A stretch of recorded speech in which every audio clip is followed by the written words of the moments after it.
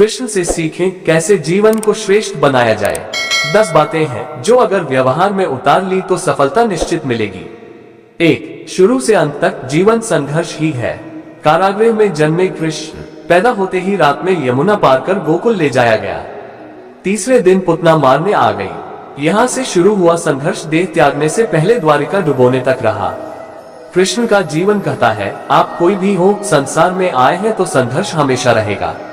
मानव जीवन में आकर परमात्मा भी सांसारिक चुनौतियों से बच नहीं सकता।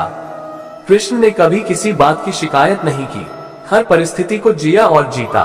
कृष्ण कहते हैं, परिस्थितियों से भागो मत, उसके सामने डटकर खड़े हो जाओ, क्योंकि कर्म करना ही मानव जीवन का पहला कर्तव्य है। हम कर्मों से ही परेशानियों से जीत सकते हैं। 2. स्वस्थ शरीर से ही विजय है। कृष्ण का बचपन माखन मिश्री खाते हुए गुजरा। आज भी भोग लगाते हैं हम, लेकिन ये संकेत कुछ और है। आहार अच्छा हो, शुद्ध हो, बल देने वाला हो। बचपन में शरीर को अच्छा आहार मिलेगा तो ही इंसान युवा होकर वीर बनेगा। शरीर को स्वस्थ रखना है तो बचपन से ध्यान देने की जरूरत है।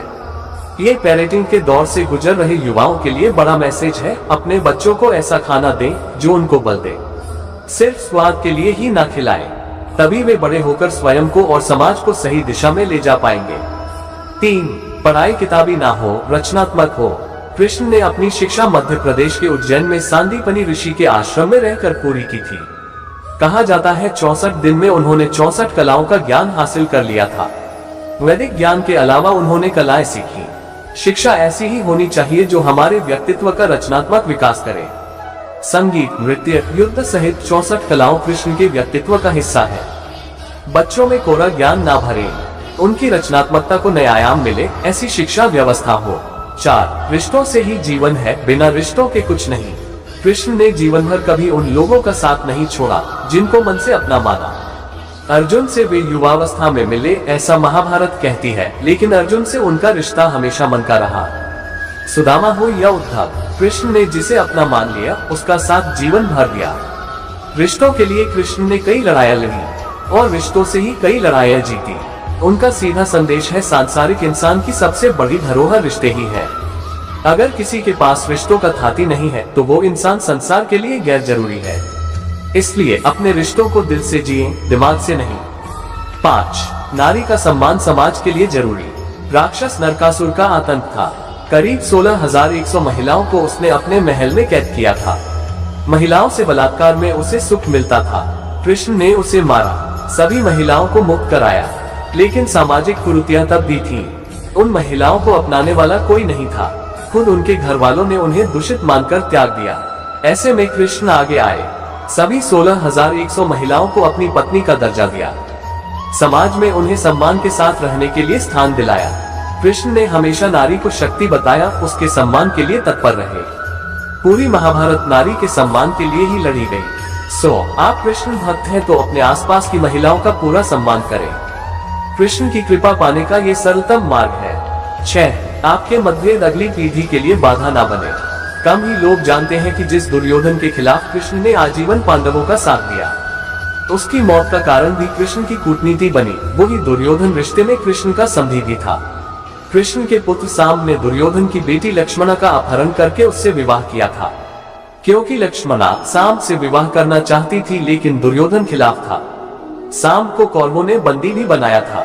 तब कृष्ण ने दुर्योधन को समझाया था कि हमारे मतभेद अपनी जगह हैं, लेकिन हमारे विचार हमारे बच्चों के भविष्य में बाधा नहीं बनने चाहिए। 2 परिवारों के आपसी झगड़े में बच्चों के प्रेम की बलि ना चढ़ाई जाए।